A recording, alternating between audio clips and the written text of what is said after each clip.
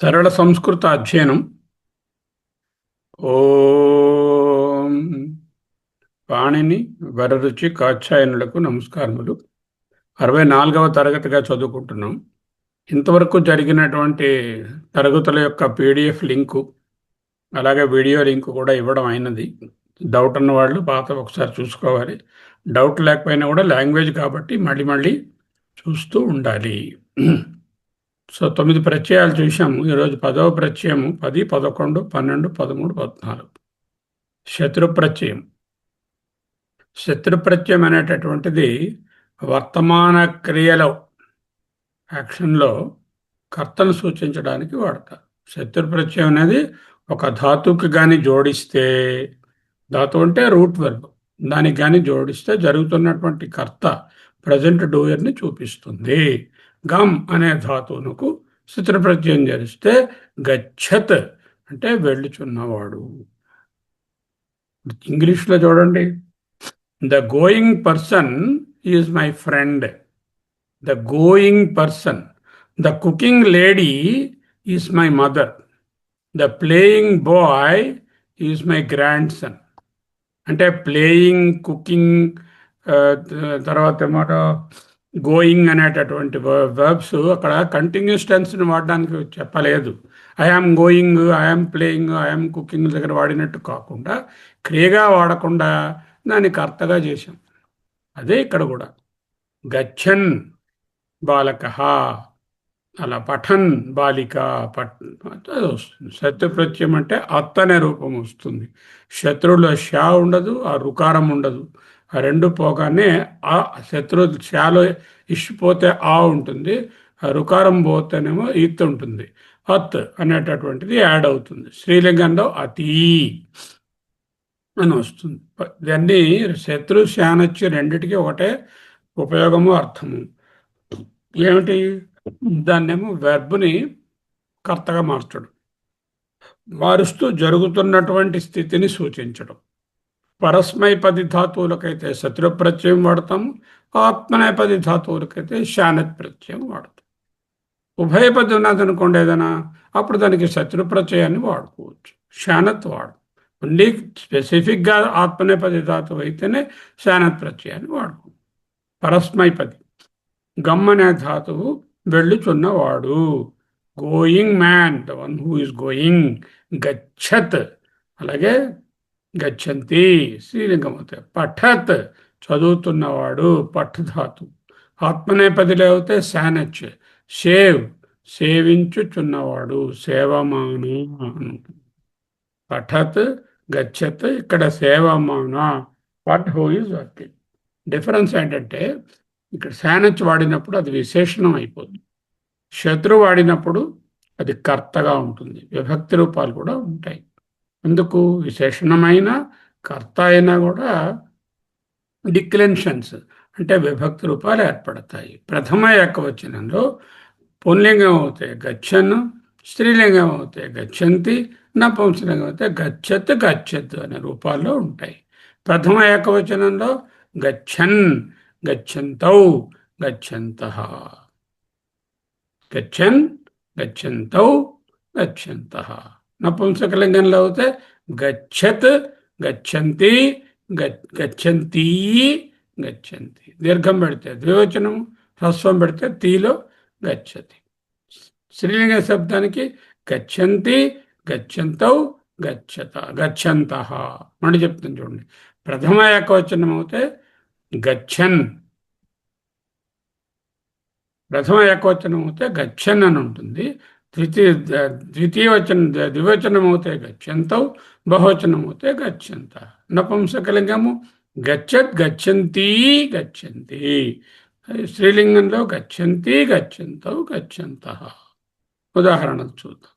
గచ్చన్ నరః, the man going, వెళుతున్న మనిషి. పఠన్ బాలః, చదువుతున్న పిల్లవాడు. ఖాదన్ బాలకః, తింటున్న బాలుడు. పిబన్ శిష్యః, త్రాగుతున్న శిష్యుడు. వదన్ ఆచార్యః, మాట్లాడుతున్న ఆచార్యుడు. లిఖన్ లేఖకః, తెలుగులో అక్కర్లేదు, రాస్తున్న రచయిత. తర్వాత ధావన్ కుమార, పరిగెత్తుతున్న కుమారుడు. క్రీడన్ బాలాహ్, తెలుగు ఆడుతున్న పిల్లలు. బాలాహ్ అన్నాం కదా ప్లూరలు, అప్పుడు కూడా వీటిలో ద్వివచనము అవన్నీ వస్తాయి. తర్వాత పశ్యన్ పురుష, చూస్తున్న మనిషి. ఈ విధంగా గచ్చంతి నారి, ఎందుకు స్త్రీలింగం కాబట్టి గచ్చంతి అని వచ్చింది. వెళుతున్న ఆమె, ఆది కాదు అది.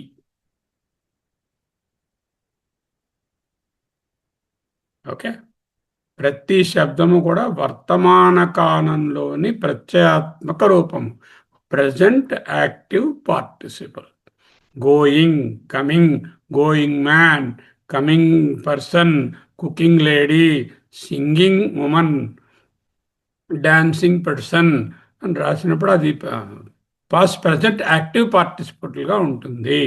శత్రు ప్రత్యయ creates a present active participle which will be used as the subject or the కర్త. Because it is a noun now, the noun will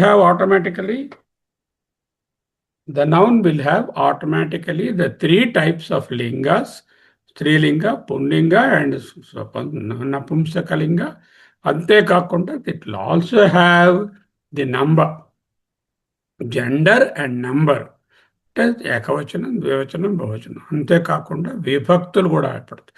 ఎప్పుడైతే అది నౌను విశేషణము అయిందో రెండిటికి కూడా జెండర్, నంబర్, విభక్తి అనేవి ఏర్పడతాయి. అది తెలుసుకోవాలి. ఇప్పుడు దీనికి బ్యూటిఫుల్ ఎగ్జాంపుల్ మన గీతలోనే ఉన్నది. పశ్యన్ శృణ్వన్ స్పృశన్ జిఘ్రన్ గచ్చన్ స్వపన్ శ్వసన్ ప్రళపన్ విసృజన్ గృహణన్ నిమిషన్ అనిమిషన్నపి నిమిషన్నపి ఇంద్రియాణి ఇంద్రియార్థేషు వర్తంత ఇతి ధారయన్ అంటూ ఆ శ్లోకాలు కనబడుతున్నాయి మనకి. సరే, పశ్యన్ అంటే చూచుచున్నవాడు, శృణ్వన్ వింటున్నవాడు. పశ్య ధాతువు యొక్క శత్రు ప్రత్యయం పశ్యన్. శృణ్వన్, శ్రు అంటే విను, టు హియర్ అనే దాని తాలూకా శత్రు ప్రత్యయము. శత్రువు కాదు, శత్రువు అంటే ఫో, ఎనిమి, దట్స్ నాట్. శత్రు అంటే రుకారం, కరారాముడు కొమ్ము కాదు, శత్రు ప్రత్యయము. శృణ్వన్ అంటే వింటున్నా, స్పృశన్ తాకుచున్నా, జిఘ్రన్ వాసన చూస్తున్నా. ఘ్ర అనేటటువంటి రూట్ తాలూకా అది జిఘ్రన్. స్పృశ్ అనే ధాతువుది స్పృశన్. అలాగే అశ్నన్ తింటున్నా, అష్ అనేటటువంటి ధాతు. గమ్ గచ్చన్ వెళుతున్నా. స్వపన్, స్వప్ అనే ధాతువు నిద్రిస్తున్నా, స్లీపింగ్. శత్రు ప్రత్యయం చేస్తే స్వపన్. అలాగే శ్వస్ అంటే శ్వాసిస్తున్నా, ఊపిరి పీలుస్తున్నా అని అర్థం. ఓకే, శ్వసనం వస్తుంది. ప్రలపన్ మాట్లాడుతున్నా. విసృజన్, సృజ్ అనే ధాతువు నుంచి. గృహణన్, గృహ్ ధాతువు. ఉన్మిషన్, మిష్ అంటే ఓపెన్, ఉన్మిషన్ అంటే కళ్ళు తెరుస్తున్నా. నిమిషన్ మళ్ళీ మిష్ ధాతువు, నీ ఉపసర్గ చేస్తే మూస్తున్నాను వస్తుంది. అలాగేనేమో అనుభవిస్తున్నా, ధారయన్, హోల్డింగ్, సస్టైనింగ్ అనేటటువంటి ఇన్ని వచ్చాయి మనకు ఒకే చోట. సో ఇప్పుడు నాగరత్నం గారు శత్రు ప్రత్యయాన్ని సమరైజ్ చేయండి. శత్రు ప్రత్యయం అంటే ఇది ప్రజెంట్ డూయర్ అని చెప్తుంది. అంటే వర్తమాన క్రియ, అంటే ఇప్పుడు చేస్తున్న పని చేస్తున్న వాళ్ళ గురించి చెప్తుంది అనమాట. అంటే ఏదైనా ఇప్పుడు వెళుతున్నవాడు, వస్తున్నది, చదువుతున్నది ఇలా చెప్పడానికి ఇది వాడతారు. దీనికి లింగ భేదము, వచన భేదము, విభక్తుల భేదం కూడా ఉంటుందన్నమాట. ఎందుకు నౌన్ గానీ విశేషణం గానీ అవుతే ఉంటాయి. ఇక్కడ నౌన్ అయిపోయింది, విశేషణం. నౌన్ అదే నౌన్ గురించే చెప్తుంది కాబట్టి నౌన్ అయిపోతుంది. ఏంటంటే వెళుతున్న పిల్లడు అనో వ్యక్తి అనో ఏదో చెప్తారు, వెళుతున్న వ్యక్తి కోసం చెప్తారు కాబట్టి, లేకపోతే నడుస్తున్న వ్యక్తి, చదువుతున్న వ్యక్తి గురించి చెప్తారు కాబట్టి నౌన్ అయిపోతుంది. అందుచేత లింగ భేదము, వచన భేదము, విభక్తి భేదము కూడా ఉంటాయి. ఉదాహరణకి మనకి ఇప్పుడు అంటే ఈ భగవద్గీతలో పశ్యన్ శృణ్వన్ భృజన్ ఇవన్నీ చెప్పారు. ఏం చేద్దంటే పశ్యన్ అంటే చూస్తున్నవాడు, శృణ్వన్ అంటే వింటున్నవాడు, పశ్య భృజన్ అనే ధాతువు యొక్క శత్రు రూపమేమో పశ్యన్. పశ్యన్ the man seeing, the man hearing, the woman అనే అర్థంలో వస్తున్నాయి. అలాగే అందులో మనకి ఇవన్నీ చెప్పుకోవాలి. లింగ భేదాలు చూసుకోవాలి, వచన భేదాలు చూసుకోవాలి. స్త్రీలింగ లింగాలు ఎలా పుల్లింగ ఉంటాయి ఒకసారి చెప్పండి. పుల్లింగంలో ఎక్కువ వచనాలు ఎలా ఉంటాయి? పుల్లింగానికి పుల్లింగానికి గచ్చన్, గచ్చంతో, గచ్చంతి అని ఉంటుంది. గచ్చంతః, గచ్చన్, గచ్చంతో, గచ్చంతః, గచ్చంతః, గచ్చంతః అని ఉంటుంది. ఆ తర్వాత అది స్త్రీలింగానికి స్త్రీలింగ గచ్చంతి, అదే గచ్చంతి, గచ్చంతో, గచ్చంతో, గచ్చంత, గచ్చంచ, గచ్చంతః అని ఉంటుంది. నపుంసకలింగానికి సరే అది గచ్చంచ అని ఇది వచ్చింది. ఏంటిది ఇందులో బహువచనం గచ్చంచ అని ఉంటుందా? గచ్చంతః, గచ్చంతః అంటే స్త్రీలింగం, స్త్రీలింగంలో కనిపిస్తుంది కదా. అదే అదే అందుకే డౌట్ వచ్చింది సార్. సరే నపుంసకలింగం అవుతే నపుంసకం అయితే గచ్చత్ అనే ఇదికి గచ్చత్ అని వస్తుంది. గచ్చంతి అచ్చతే గచ్చంతి. అక్కడ అంటే దీర్ఘం తీస్తే ద్వివచనం, దీర్ఘం లేకుండా వాడితే బహువచనం అయితే దీర్ఘం లేకుండా హ్రస్వం. సో బెస్ట్ ఎగ్జాంపుల్ గీత శ్లోకమే. గీతా శ్లోకంలో బోల్డన్ వచ్చాయి ఒకే శ్లోకంలో. ఇప్పుడు నెక్స్ట్ శానత్ ప్రత్యయం వాడదాం. శానత్ ప్రత్యయం కూడా వర్తమాన కాలంలో జరుగుతున్నది, చేస్తున్నది అనే అర్థంలోనే ఉంటుంది. కానీ ఆత్మనేపథ ధాతువులకు మాత్రమే శానత్ వాడాలి. శత్రు ప్రత్యయం అనేది పరస్మైపద ధాతువులకు శత్రు ప్రత్యయం వాడాలి. ఇక్కడ శానచ్చులో ఇష్ అనేది వెళ్ళిపోతుంది, ఇచ్ అనేది వెళ్ళిపోతుంది, ఆన్ ఉంటుంది. ఇంతక్కడ ఏముంటుంది? అన్ అనేది ఉంది. ఇక్కడ ఆన్, శత్రువులో షా పోయింది, రుకారం పోయింది, అత్ అనేది మిగిలింది. ఇక్కడ ఆన్ అని మిగులుతుంది. అక్కడ అత్, ఇక్కడ ఆన్. శత్రువులో ఇష్యు పోయింది, రుకారం పోయింది, అత్ అనేది ఉంది. శానత్లో ఇష్యుపోయింది, ఇచ్చిపోయింది, ఆన్ అనేటటువంటిది మాత్రమే మిగులుతుంది. ఇక్కడ తయారయ్యే పదాలు కర్తలు కావు, నౌన్స్ కావు, విశేషణాలు. విశేషణాలైనా కూడా వీటికి మళ్ళీ లింగ భేదాలు, వచన భేదాలు ఉంటాయి అని చెప్పుకోవాలి. శత్రు ప్రత్యయం, శానత్ ప్రత్యయం రెండూ ఒకే అర్థాన్ని. శత్రు ప్రత్యయం పరస్మయంలోని, శానత్ ప్రత్యయం ఆత్మనేపథి ధాతువులోనూ వాడతారు. శానత్తో ఏర్పడిన పదాలు విశేషణాలు. అవి పుల్లింగం, స్త్రీలింగం, నపుంసకలింగం 3 వచనాలలో ఉంటాయి. ఆన్ అని రాయాలి కదా, ఒకటి జ్ఞాపకం పెట్టుకోండి. వర్ధ్ అని ఉందనుకోండి, ఆ ధాతువునకు ఆన్ చేస్తే వర్ధాన్ అని రావాలి. అలా రాకుండా మధ్యలో ఈం సౌండ్ కూడా వస్తుంది. ఆ ఇం సంధివశంలో వస్తుంది. అందువల్ల వర్ధమాన. మామూలుగా వర్ధ్ ఆన్ అవుతే వర్ధానహ అని రాకుండా వర్ధమానహ అని రావడం కారణం ఇం అనేటటువంటి సౌండ్ మధ్యలో ఇంటర్పోజ్ అవుతుంది ధాతువుకి ప్రత్యయానికి మధ్యలో. అంచేత వర్ధమాన, వర్ధమానౌ, వర్ధమానా, వర్ధమానా, వర్ధమానే, వర్ధమానా. నపుంసకలింగం వర్ధమానం, వర్ధమానే, వర్ధమానః, వర్ధమానాని. ఇక్కడ వర్ధమానాని. సహ, సా, తే, తత్తు ఎలా ఉన్నాయో అలాగే ఉంటుంది. నాని, వర్ధమానాని. ఓకే. నియమాలు. ధాతువుకి శానిచ్చు కలిపితే ఇష్ అనే సౌండ్, ఇచ్ అనే సౌండ్ మిస్ అయిపోయాయి. ఆన్ అనే సౌండ్ మాత్రమే యాడ్ అవుతుంది. ఇష్, ఇచ్ వాడబడవు. పుల్లింగంలో ఆన్, స్త్రీలింగంలో ఆన, నపుంసకంలో ఆనం అనేటటువంటి చేరుతాయి. ధాతువు చివరి అక్షరం ఆన్, చివరక్షరానికి మళ్ళీ ఈ ఆన్ అనే ప్రత్యయానికి మధ్యలో ఇం సౌండ్ కూడా ఉంటుంది. అందుకే వర్ధమానా, సేవమానా, లభమానా, వందమానం అంటూ చెప్తున్నాం. పుల్లింగంలో అయితే సేవమాన, స్త్రీలింగంలో లభమాన, నపుంసకలింగం వందమాన, వందమానం. వందమాన అన్నాను అనుకోండి స్త్రీ అయిపోతుంది. వందమాన అంటే పుల్లింగం అవుతుంది. వందమానం అంటే నపుంసకలింగం. ధాతువులో ప్రకాష్, ప్రకాశమాన, ప్రకాశమాన, ప్రకాశమానం. అలాగే యుద్ధ్, యుధ్యమాన, యుధ్యమాన, యుధ్యమానం. యాచ్, యాచమానః యాచమానా యాచమాన రం రమమాణః రమమాణ రమమాణం రమయ రమమాణాయ వెంకటేశాయ మంగళం. రమమాణాయ అంటే చతుర్థిలో పెట్టారు. రమమాణాయ విభక్తులు ఉంటాయి కదా మరి.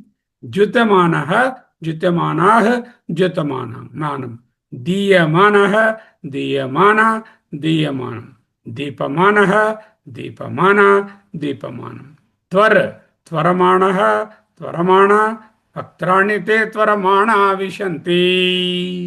భగవద్గీతలో త్వరమాణ త్వరమాణం. దయమానః దయామానేన మనసా అనుకోవచ్చు. ఇంకో శ్లోకంలో దయామానేన మనసా దయమానః దయమాన నయమానః నీ అంటే తీసుకెళ్ళడం నయమానః నయమాన నయమానం. వాక్యాల్లో చూస్తే సైనికాః యుధ్యమానాః దేశం రక్షంతి. యుధ్యమానా అంటే యుద్ధం చేస్తూ సైనికులు దేశాన్ని. ఎటువంటి సైనికులు? విశేషణము యుద్ధం చేస్తూ సైనికులు దేశాన్ని. ప్రకాశమానై నక్షత్రై ఆకాశ శోభతే. ఆకాశంలో ఆకాశం అందంగా ఉంది. ఎందువలన? నక్షత్రై నక్షత్రాలతో. ఎటువంటి నక్షత్రాల విశేషణం? ప్రకాశమానై నక్షత్రై. వందమానా బాలిక గీతం గీయతే. వందమానా అంటే వందనం చేస్తూ ఉన్నటువంటి బాలిక నమస్కరిస్తూ పాట పాడుతుంది. సీత పాఠం పఠ్యమాణ ఉపవిశతి. సీత పాఠమును ద్వితీయ విభక్తి. పాఠ్యమాన చదువుతూ ఉపవిశతి కూర్చుంది. తత్ర ఏకః శయానః బాలః తిష్టతి. అక్కడ ఒక నిద్రిస్తూ ఉన్న బాలుడు ఉన్నాడు. తత్ర ఏకః బాలః శయానః తిష్టతి. ఆత్మానం ముషితం మన్యమానః బ్రాహ్మణః పరం విషాదం గచ్చత. ఆత్మానం తనను ముషితం దొంగిలించారని మన్యమానః అనుకుంటున్న బ్రాహ్మణుడు పరం చాలా విషాదం దుఃఖాన్ని గచ్చత పొందాను. అంటే తనని ఎవరో దొంగిలించారని మన్యమానః అనుకుంటూ ఉన్నటువంటి వాడు, తలుచుతూ ఉన్నటువంటి వాడు. శ్యామః కథ్యమానః అస్తి. శ్యాముడు కథ్యమానః మాట్లాడుతూ చెప్తూ ఉన్నాడు. మోదమానాః మయూరాః నృత్యంతి. ఎటువంటి మయూరములు? మోదమానాః మయూరాః నృత్యంతి. ఆనందంతో ఉన్న నెమళులు డాన్సు చేస్తున్నాయి. సరే, ఇప్పుడు మీరు దీన్ని సమరైజ్ చేయండి ఘనశ్యామ్ గారు. సార్, ఇది మీరు సానధిపేత్త గురించి చెప్పారు. సానధిపేత్తంగా మనం ఆత్మనేపది ధాతువుతో ఉపయోగించాలి ఒకటి. రెండోది సానధి ప్రత్యయం ఉన్నప్పుడు ముఖ్యంగా అవి విశేషణాలుగా ఉపయోగపడుతుంది. వాటికి కూడా విభక్తులన్నీ ఉంటాయి. ముఖ్యంగా దీనికి ప్రత్యయం ఆన్ చేరబడుతుంది. కొన్ని విషయాల్లో ఇది ఆన్ మానుగా అవుతుంది. అంచేత మీరు వందమాన తర్వాత సేవమాన కూడా చెప్పారు. ఇది ఒకటి. ఈ మధ్యలో ఎం ఉంటుంది, ఎం సౌండ్ వస్తుంది. అంటే ధాతువు ఉందనుకోండి, ఆ ధాతువుకి ఆన్ కి లేక ఆనాకి ఆనంకి మధ్యలో ఎం సౌండ్ ఏర్పడాలి. వంద్ ప్లస్ ఆన్ వందానహ అని ఉండాలి. వందమానహ అని ఎం సౌండ్ కూడా కలుస్తుంది. అంచేత సేవమానః సేవమానా సేవమానం. సేవమానః అంటే పుల్లింగం అయింది. సేవమాన అంటే స్త్రీలింగం. సేవమానం అంటే నపుంసకలింగం. అలాగా దీనికి ఉంటాయి భక్తులు. ప్రకాష్ ధాతు తీసుకోండి. ప్రకాశమానః స్త్రీలింగం అయితే ప్రకాశమానం వచ్చింది. ఇది నపుంసకలింగం. అలాగే మీరు యుజ్యమానః యుజ్యమానం వచ్చింది. అలాగే యాచమానః ముఖ్యంగా ఇది ప్రెజెంట్ యాక్టివ్ పార్టిసిపుల్. అంటే ఇంగు ఫారం ఉపయోగించుకోవాలంటే ఇది మనం ఉపయోగించాలి. ఇంగు ఫారం లో ఇంగ్ ఫార్మ్ అయినా కర్తగా వాడడానికి లేదు, విశేషణంగానే వాడగలను. It is not a noun. I can only use as an adjective because it is ఆత్మనేపదం కాబట్టి. ఓకే. అంటే రమమాణ రమమానా రమమానం ఉమ్, వచ్చింది. యుతమాన యుతమానా యుతమానం, ఉమ్, దీయమాన దీయమానా దీయమానం, ఉమ్, దీపమాన దీపమానా దీపమానం, స్వరమాణ మానా స్వరమాణం, ఉమ్, దయమాన దయమాన దయమానం, నయమాన నయమాన నయమానం. మీరు ఇంకా ఎగ్జాంపుల్ కూడా చెప్పిన గీతలో కూడా మనకు డిస్క్రైబ్ చేసేటప్పుడు అలాగా ప్రకాశిస్తున్న, వెలుగుతున్న, ప్రకాశిస్తున్న నక్షత్రాలు శోభిస్తున్నాయి. అంటే అలా అనమాట. ఇస్తున్నటువంటి ఆయన చాలా మంచివాడు అని చెప్పినప్పుడు దీయమాన పురుష, ఇస్తున్నటువంటి ఆమె చాలా మంచిది, ఇస్తున్నటువంటి దానము దీయమానం దానం అత్యంత శోభితం ఏదో అలా చెప్పుకోవచ్చు అనమాట. ఓకే, అంటే అంటే ముఖ్యంగా మన బేసిక్ గా చెప్పారు. ధాతువుకి ఈ ప్రత్యయం చేరగానే ఈ ఇన్ని రూపాలు వస్తున్నాయి. ఇంకే ధాతువు కోవాలి, అది ఏ ప్రత్యయం చేరుతున్నది ఆ ప్రత్యయములు వచ్చాయి అని చెప్తారు. Thanks sir. పఠ్యమానా సీత పాఠం పఠ్యమానా సీత ఉపవిశతి. ఎటువంటి సీత? పాఠం పఠ్యమానా సీత, పాఠము చదువుతున్న సీత కూర్చుంది. శయమాన బాల తిష్టతి, ఏకః ఒకడు తత్ర తిష్టతి, ఒక బాలుడు ఉన్నాడు. ఎలా ఉన్నాడు వాడు? శయమాన బాల తిష్టతి, విశేషణం ఆ బాలునకు శయమాన. అలాగే ఆత్మానం ముషితం బ్రాహ్మణ పరం విషాదం గచ్చతి, తనను దొంగిలించిన బ్రాహ్మణుడు అనుకుంటున్నవాడు మన్యమాన బ్రాహ్మణ. అలాగే కథ్యమాన శ్యామ, మాట్లాడుతున్న చెప్తున్నటువంటి శ్యాముడు ఉన్నాడు. మోదంతో ఉన్నటువంటి మయూరములు నృత్యం చేస్తున్నాయి. నెక్స్ట్ వచ్చేసరికి అలా తింగ్ ప్రత్యయం. ఇక్ తిన్, కాకింద తా ఇన్. తిన్ ఏం చేస్తుంది?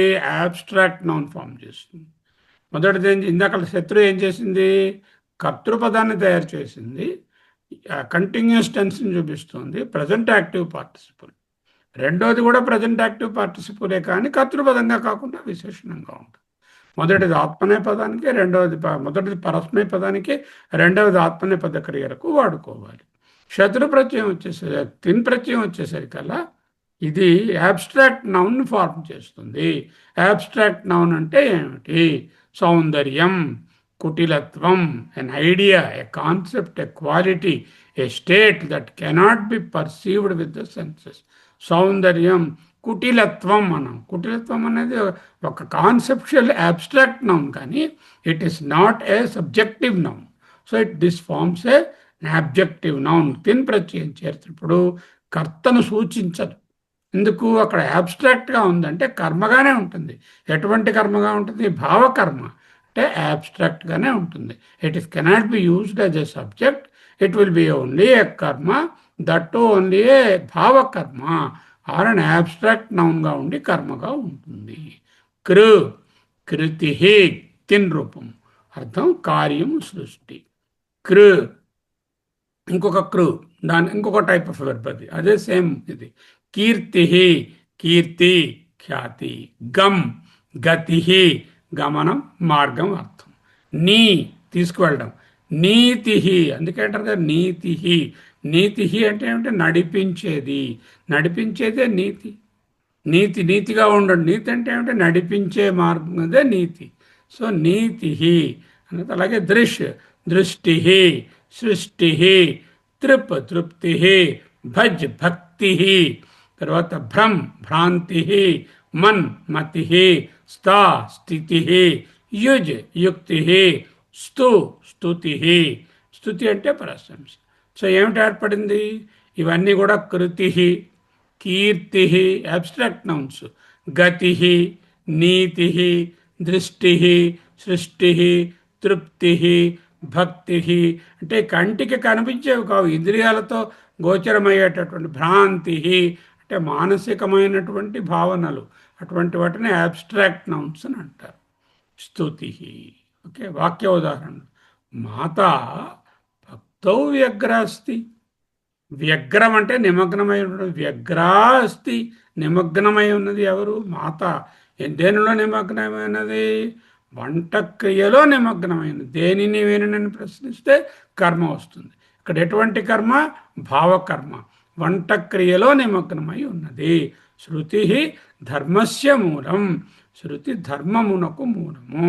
కృతిరేవ ఫలం, కార్యమే ఫలము. భక్తి మోక్ష మార్గస్య ప్రాణ. భక్తి అంటే భక్తి అనేదాన్ని చూడండి, ఇక్కడ భక్తి అనే ఇక్కడ చూపించాము. మన్ స్థా నీ కృ సృజ్ తృప్ భ్రం స్థా కృ గమ్ ని. భక్తి సృష్టి, భజ్ అనేటటువంటి ధాతువు యొక్క ఈ తిన్ ప్రత్యయం భక్తి అబ్స్ట్రాక్ట్ నౌన్ ఫామ్ అయింది. భక్తి మోక్ష సామ్రాజ్యమునకు, మోక్ష సామ్రాజ్యస్య ప్రాణ, ప్రాణము. శాంతి సర్వ సుఖ సాధనం, సర్వసుఖములకు సాధనము శాంతి. అబ్స్ట్రాక్ట్ నౌన్స్ కర్మణిగా వాడుతున్నాం. సృష్టి బ్రహ్మణా లీల, సృష్టి బ్రహ్మ యొక్క లీల. బ్రహ్మణా అంటే షష్ఠి విభక్తి, బ్రహ్మ యొక్క. శాంతి ఆత్మజ్ఞానస్య ఫలం, ఆత్మజ్ఞానము యొక్క ఫలము శాంతి. స్థితి నిత్యధర్మ, stability is in eternal order. స్మృతి శిక్షాయా ప్రథమం చరణం, శిక్షాయా అంటే లెర్నింగ్లో ప్రథమం చరణం, ఫస్ట్ స్టెప్ ఏమిటి? జ్ఞాపకం ఉంచుకోవడం. స్మృతి. శాంతి సర్వేషాం ప్రధాన, ప్రధాన. శాంతి అందరికీ ప్రధానం. ప్రధాన అని ఎందుకు ఉంది? శాంతి అనేది స్త్రీలింగ పదం కాబట్టి అక్కడ సర్వేషాం ప్రధాన. కీర్తి కర్మణ అనుసరణం, కీర్తి కార్యాన్నే అనుసరిస్తుంది. యుక్తి సాధనస్య ప్రాణ, యుక్తి అనేది రీజనింగ్, సాధనానికి ప్రాణం. గీతలో ఎక్కడెక్కడ ఉపయోగించారు ఇవి? భక్త్యాతు అనన్యయా శక్య 11:54. భక్తియా అంటే భక్తి చేత తప్ప, అనన్య నా శక్య, అనన్యయ శక్య నా శక్య. భక్తితోనే, ఆ భక్తి తాలూకా ఫార్మే భక్త్యా, భక్తి చేత. అలాగే అచలం ప్రతిష్టం, అపూర్యమాణం అచలం ప్రతిష్టం సముద్రమాపః ప్రవిశంతి యద్వత్. అక్కడ ప్రతిష్ట అనేదాన్ని ప్రతిష్ట, అచలం ప్రతిష్టం అనే ద్వితీయ విభక్తి ఫామ్ వాడుకున్నారు. సో ఈ విధంగా ఈ పదాన్ని తిన్ రూపాలు వినియోగం. తిన్ రూపాలను ఎవరైనా చెప్తారా ఇక్కడ ఉన్నవాళ్ళు? చెప్తాను సార్. చెప్పండి. తిన్ ప్రత్యయం భావవాచకం ప్రత్యయం అన్నమాట. అది భావకర్మణి, భావకర్మ అంటే అబ్స్ట్రాక్ట్ నౌన్. నౌన్ అవుతుంది, కర్మగా వాడబడుతుంది. కర్మగా కర్మగా వాడుతుంది సార్. ఆ తర్వాత అంటే ఇప్పుడు సౌందర్యం అలాంటి మాటలు వస్తాయి కదా. సౌందర్యము ఎలా, దేన్ని సూచిస్తుంది? సౌందర్యము అంటే అనేటటువంటిది ఒక భావము కదా, అది భావం అంతే తెలుస్తుంది, అంతేకాని అక్కడ ఒక వస్తువు కాదు. శాంతి ఒక ఆనందము, ఒక భావము కదా. కీర్తి దాని కళ్ళతో చేతి చూడగలరా? కీర్తిని చూడలేదు. ఒక వస్తువుగా చూడలేదు అంటే లోకంలో తెలుస్తుంది, కానీ ఇదేని కొలిచి చెప్పలేం, కళ్ళతోనే భావంగా తప్పితే వస్తువుగా చూడలేం. అది అలాంటి అబ్స్ట్రాక్ట్ నౌన్స్ అంటారు. అబ్స్ట్రాక్ట్ నౌన్ అంటారు. దానికి ఎలా ఉంటుందంటే క్రూ అంటే కృతి అని అవుతుంది అని చెప్పారు. కృతి, మళ్ళీ క్రూ అంటే కీర్తి అలా చెప్పాలి. గమ్ అంటే గతి, అంటే గతి అంటే వెళ్ళడం అలాగనమాట, వచ్చేటట్టు గమనం అనే అది అర్థం వస్తుంది కాబట్టి అందుకు. అంటే తెలుగులో అదే గమనం అనడానికి గతి అని అలా చెప్తారు. అదే అంటే నౌన్ అలా మార్గం అండి, మూమెంట్. తిన్ ప్రత్యయం కలిస్తే అలా అవుతుంది అనమాట. గమ్ ప్రత్యయం, గమ్ ధాతువుకి తిన్ ప్రత్యయం కలిస్తే గతి. తెలుసుకోండి, ఏదైనా ఇన్ని కర్మ పదాలుగా నౌన్స్ గా వచ్చినవి, విశేషణాలుగా వచ్చినవి, సబ్జెక్ట్ గా వాడుతున్నటువంటి నౌన్స్ గా వచ్చినవి, ఇవన్నీ కూడా ధాతువుల నుంచి వచ్చినవి. చెప్పిన 98% ఆఫ్ వర్డ్స్ ఆర్ ఫ్రమ్ ధాతుజన్యాస్. ధాతువులకి ప్రత్యయాలు చేర్చగానే ఈ నామవాచక పదాలు, విశేషణాలు, కర్మ పదాలు, కర్త పదాలు వచ్చాయి, ఏర్పడతాయి. అవును. అదే అంచేత మనం ఇప్పుడు మామూలుగా దృశ్యం నీతి దృష్టి సృష్టి తృప్తి వాడేస్తూ ఉంటాం, కానీ అది వాడతాం. తిన్ ప్రత్యయం తెలుసుకోం మనం అది ఎందుకని. అదే నీ నీ ధాతువుకి నీతి అవుతుంది, దృష్ ధాతువు దృష్టి అవుతుంది, అలాగే సృజ్ ధాతువు అయితే సృష్టి అవుతుంది, తృప్ ధాతువు తృప్తి అవుతుంది, భజ్ ధాతువు భక్తి భక్తి అన్నది భజ్ ధాతువు. ఆ తర్వాత భ్రమ్ ధాతువు భ్రాంతి అవుతుంది, ఉమ్, మన్ ధాతువు మతి అవుతుంది, ఉమ్, సా ధాతువు స్థితి అవుతుంది, ఉమ్, యుజ్ ధాతువు యుక్తి అవుతుంది, ఉమ్. స్థూ ధాతువు స్తుతి అవుతుంది ఓకే. అన్నమాట. అది. వాటి అర్థాలు కుడివైపు ఇచ్చారు. ఉదాహరణలు చూపించాను కొన్ని. ఉదాహరణకి మాత పక్తౌ యగ్రాస్తి. ఇప్పుడు పక్తౌ సరే అంటే వంట వంట క్రియ యందు సప్తమి, ఇప్పుడు పక్తౌ ఈ గృహౌ లాగా. అవును ఈ నైన్ ధాతు ఎందులోకి వచ్చింది? యగ్ర పక్త పక్త పక్త అనేది పక్తి అనే దాని తాలూకా పక్తౌ అనమాట. అది పక్తి అలా దాని అంటే అంటే వంట. స్త్రీలింగ వంటనే పదం. అబ్స్ట్రాక్ట్ నౌన్ పక్తి, ఆ పక్తి పక్తౌ అయిందనమాట. అలాగే శృతి ధర్మస్య ధర్మ అనేది అబ్స్ట్రాక్ట్ నౌన్. ధర్మాన్ని సెంటీమీటర్లోని కిలోల్లోని కొలవలేరు కదా, అవును. అబ్స్ట్రాక్ట్ నౌన్ కదా. ధర్మ అనే దానికి ధర్మస్య అనేటటువంటి షష్ఠీ రూపం అది. అది ఇప్పుడు ధర్మ అన్నది దానికి తయారైందంటారా ఇప్పుడు? ధర్మ అనేటటువంటిది ఏర్పడినటువంటి తిన్ పదము, అది భావకర్మణి. ఓకే, అదే కర్మణ అంటే అబ్స్ట్రాక్ట్ నౌన్ గా వచ్చింది. ఆ ధర్మ అనేటువంటి నౌను ధర్మస్య అనేది షష్ఠీ విభక్తి రూపం. అక్కడ దానికే విభక్తులు కూడా ఉంటాయి. అది ఉంటాయి, ఎందుకుంటు మరి ఒకసారి అది విశేషణంగా నామవాచకం కానీ కర్మణి కానీ కర్త కానీ అయితే వాటికి విభక్తులు ఉంటాయి.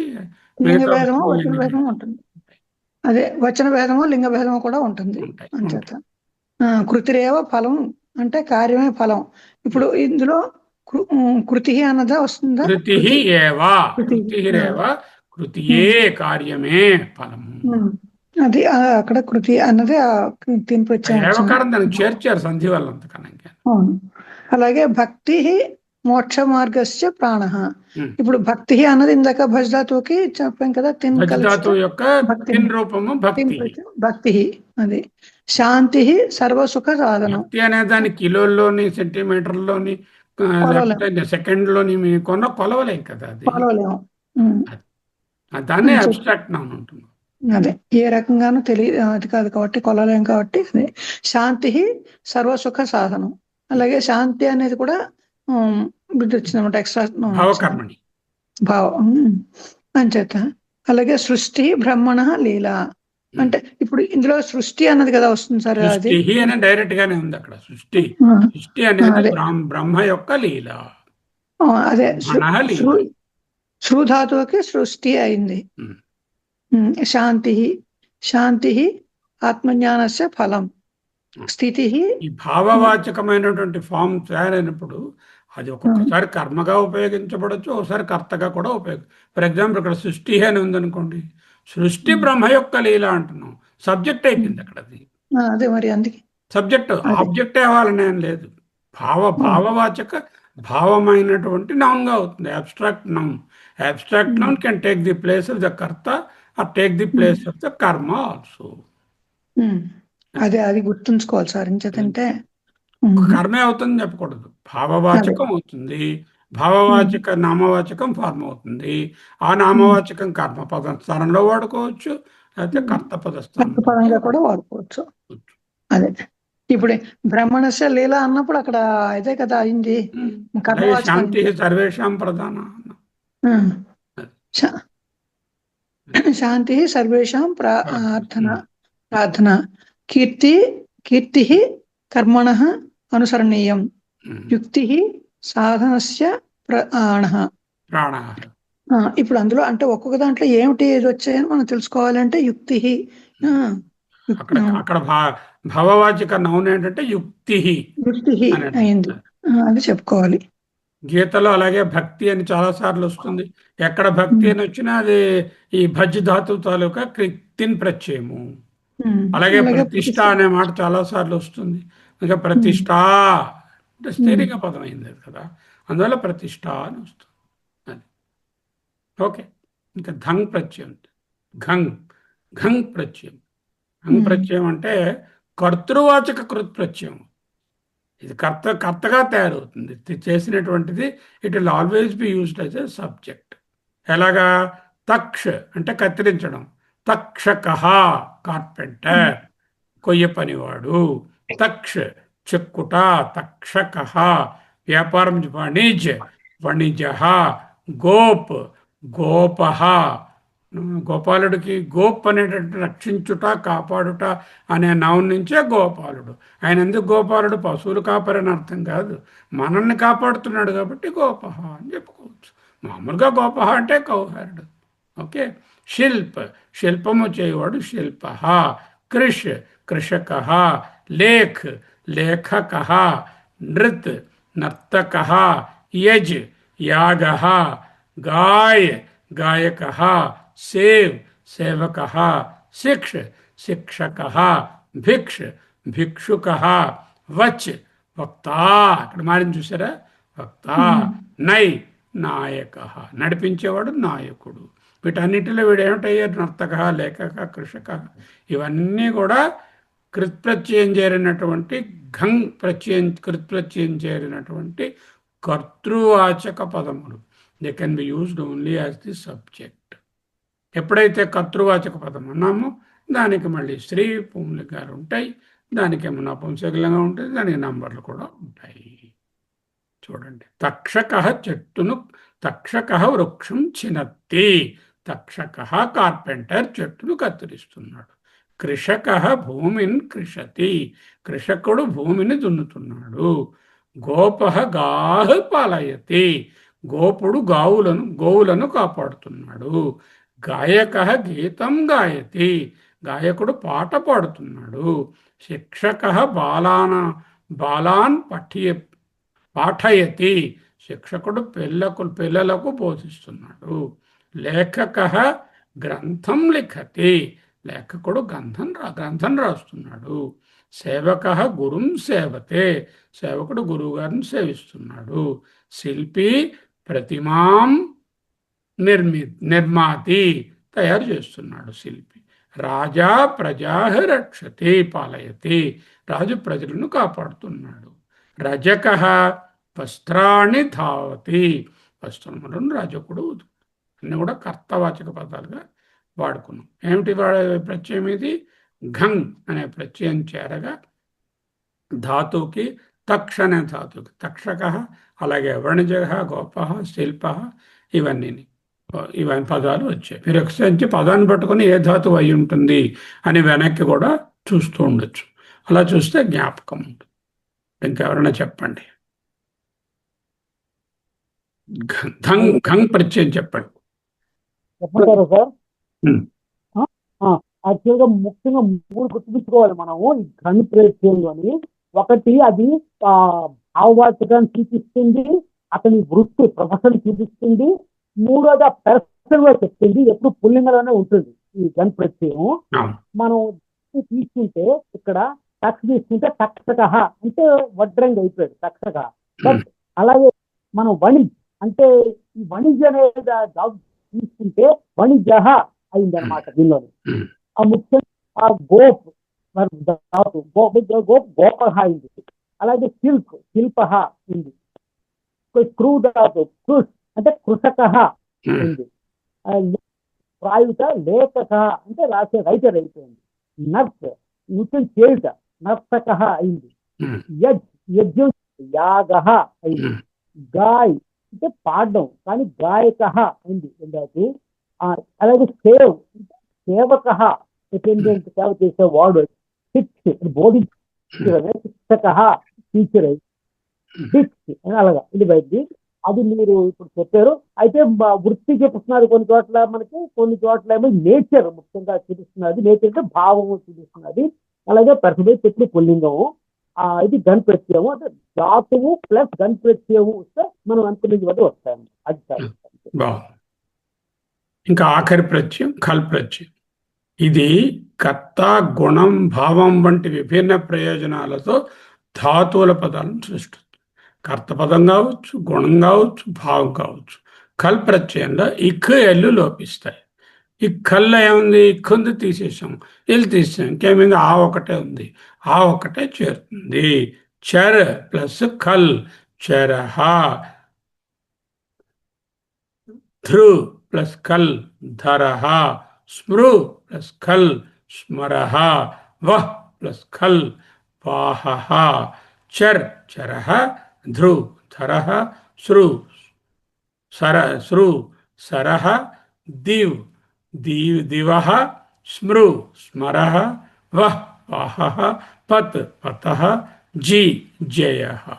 అంటే ఆయా క్రియల ప్రకారంగా ఒక అకారం మాత్రం చేరుతుంది. అకారం తాలూకా రామ్ అనే దాని పదానికి అస్ చేరితే రామః అయినట్టుగా చరహ ధరహ అనేటటువంటి పదాలు ఏర్పడుతున్నాయి. జ్ఞా తత్వం పశ్యతి, జ్ఞాహ్ అంటే జ్ఞాని తత్వాన్ని దర్శిస్తాడు. రాజా ధర్మం పాలయతి, రాజా ధర్మం అనేది ఏమిటి? ఇంతకుముందు ప్రత్యయం. రాజా ధర్మం పాలయతి. ఓకే, రాజా అనేటటువంటి వచ్చి. యాజ దేవతా యజతి, గాయక భక్తి గీతం గాయతి, గాయక సేవక గురుం సేవతే. తర్వాత కర్తాహం ఇది మత్వా మోహం గచ్చతి, నేను కర్తను అనుకుంటే మోహంలో పడతాడు. జ్ఞానీతు ఆత్మైవ ఆత్మన్యేవ తిష్టతి, జ్ఞాని ఆత్మ ఎందే ఉంటాడు. భక్త అనన్యయా భక్త్యా మాం భజతి, భక్తుడు అనన్యయా భక్త్యా మాం భజతి. యుద్ధక సంగ్రామే తిష్టతి, యోధుడు సంగ్రామం ముందు ఉన్నాడు. దివ లోకాన్ ప్రకాశయతి, దివ అంటే రేడియన్సీ, ఇల్యూమినేట్స్. దివ లోకాన్ వెలిగిస్తాడు. ఓకే, కల్ ప్రత్యయము ఒక్కొక్కసారి ఈషత్ దుర్రు దుస్సు వాటితో కలిసి వస్తుంది. అప్పుడు ఈషత్ చర కల్ కలిపితే ఈషత్ చర, ఈషద్భవ, ఈషత్ స్మర, లేకపోతే కొద్దిగా తిరుగుతున్నది, కొద్దిగా మార్పు వరాది. దుర్ కలిస్తే దుర్కి దురాచార, దుష్కర, దుస్తర, దుర్భవ, దుర్తోని దుస్తోని రావచ్చు. ఈషత్ దుర్రు దుస్సు సు, సుచర, సుభవ, సుకర, సుగ, సుగమ రావచ్చు. అంటే గమ్ అనే ధాతువుకే ప్రత్యయం సు అనే ఉపసర్గ చేరితే అప్పుడు దుస్సు సు, దుర్ లేకపోతే ఈషత్ అనే వాటితో కూడా జనరల్గా కలిసి వస్తాయి ఈ పదాలు. సుచర శిష్య ఆచార్యస్య మనః హర్షయతి, సుచర శిష్య మంచి ప్రవర్తన కలిగిన శిష్యుడు ఆచార్యస్య మనః గురువు గారి యొక్క మనసును హర్షయతి హర్షింపజేస్తాడు.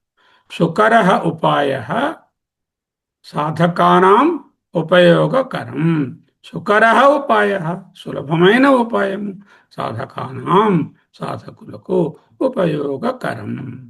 శుభవ జన సర్వై ప్రియా, శుభవ మంచిగా ఉండేవారు అంటే మంచి స్వభావము కలిగిన వారు.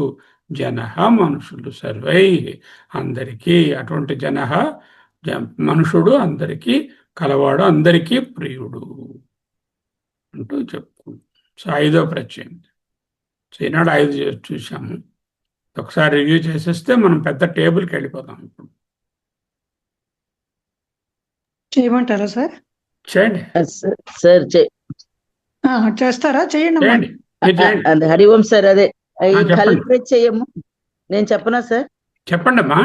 అదే ఈ ఏంటంటే కల్ప్రత్యయము ఏంటంటే ఇది కర్త భావం గుణం వంటి విభిన్న ప్రయోజనాలతో ధాతువులుది సూత్రం ఏంటంటే మెయిన్ ఇందులో ఇక్ అనేది లోపిస్తాయి, మిస్ అవుతాయి.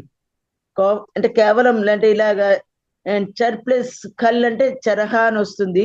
ఎందుకంటే ఎక్కిపోయింది, వెళ్ళిపోయింది, ఆ మిగిలింది. చర అని వచ్చింది.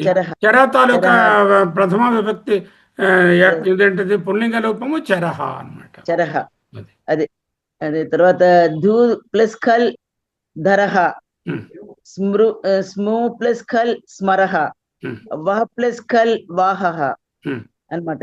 ఇది చరహ, ఇది సరస్సు అంటే సరహ, ఈ ధరహ, దివహ, స్మరహ, వాహహ, పతహ, జయహ ఇవన్నీ కూడాను ఈ కల్ప్రచయం. అయితే ఈ కల్ప్రచయంలో ఏంటంటే సు వంటి అంటే వాక్య ప్రయోగాలు కూడా చూడమంటారా సార్? ఉమ్, అదే ఈ ఈ జ్ఞాతత్వం పశ్యయతి, జ్ఞాహ అంటే జ్ఞాని, జ్ఞాతత్వం పశ్యయతి, తత్వం పశ్యతి. తత్వం పశ్యతి పశ్యతి. ఉమ్, రాజా ధర్మం పాలయతి, ఉమ్, యాజః దేవతాః యజతి. ఉమ్, ఆ, తర్వాత గాయకః భక్తి గీతం గాయతి, ఉమ్, సేవకః గురుం సేవతే. సార్ చిన్న సందేహం ఇక్కడ, ఈ గురువు అని అంటే మనం అంటే గురువు ఎలాగో అంటే గురువును. అవును గురువునే గాని మనం ఏమిటని చెప్పుకుంటాం ఇక్కడ, దీన్ని ఏ విభక్తి అని ఏమైనా వస్తుందా? గురు ద్వితీయ విభక్తి, గురువును, గురువు గారిని. గురువును అచ్చా తృతీయ విభక్తిలో వచ్చింది ఇక్కడ. గురుహు, గురుం. గురు కర్తాహం ఇది మత్వా మోహం గచ్చతి. ఉమ్. కర్తను నేను అనుకుంటే మోహంలో పడతాడు. మోహంలో పట్నం. జ్ఞానీతు ఆత్మన్యేవ ఆత్మన్యేవ తిష్టతి. తిష్టతి. జ్ఞానీతు ఆత్మన్యేవ తిష్టతి. జ్ఞాని ఆత్మయందే నిలుస్తాడు. ఉమ్. భక్తః అనన్యా భక్త్యా మాం భజతి. సార్ అనన్యయా భక్త్యా అంటే భక్తః. ఇంకొక ఏకనిష్టతో, అంటే ఇంకొక దాన్ని కాకుండా అనన్యమైనటువంటి భక్తితో మాం నన్ను భజతి. భక్తః అనన్యయా భక్త్యా మాం భజతి. ముందుగా భక్త్యా తు అనన్యయా శక్త్యా అహం ఏవం విధోర్జున జ్ఞాతుం ద్రష్టుం చ తత్వేన ప్రవేశం. భగవద్గీత శ్లోకమే. భగవద్ యుద్ధకః సంగ్రామే తిష్టతి, ఉమ్, దివః లోకాన్ ప్రకాశయతి.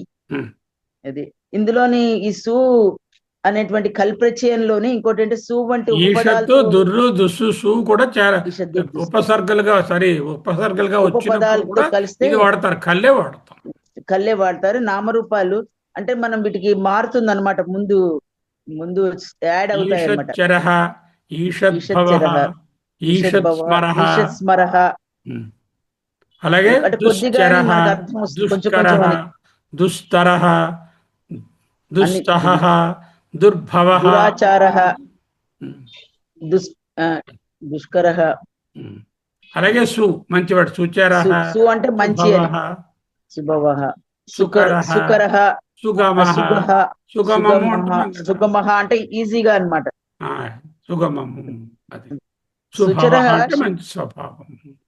ఇప్పుడు నేను ఇది ఆపేసి I share you a wonderful table which I took a long time to prepare. Okay, I will share that now. This will be very easy for you to grasp. Even newcomers also can easily understand. కనిపిస్తోందా ఈ table? ఇప్పుడు yes sir. Yes sir. Yes. నాకు చూడండి, అనిపిస్తుంది. మీదని ధాతువులు 10 ధాతువులు తీసుకున్నాను. మనకు తెలిసింది ఇంతకుముందు తీసుకున్నవే కృ, గం, భుజ్, నీ, భూ, స్థా, దా, పత్, మన్, వంద్. వాటికి అర్థం తెలుసు. క్రూ అంటే చేయడం, గమ్ అంటే వెళ్ళడం, భుజ్ అంటే తినడం, నీ అంటే నడిపించడం, భూ అంటే ఆవడం, స్థా అంటే నిలిచి ఉండడం, దా అంటే ఇవ్వడం, పత్ అంటే పడడం, మన్ అంటే మన ఆలోచన చేయడం, వంద్ అంటే నమస్కారం చేయడం. అవి ప్రత్యయాలు. ధాతువులే అవి ధాతువులు, ఇవి ప్రత్యయాలు.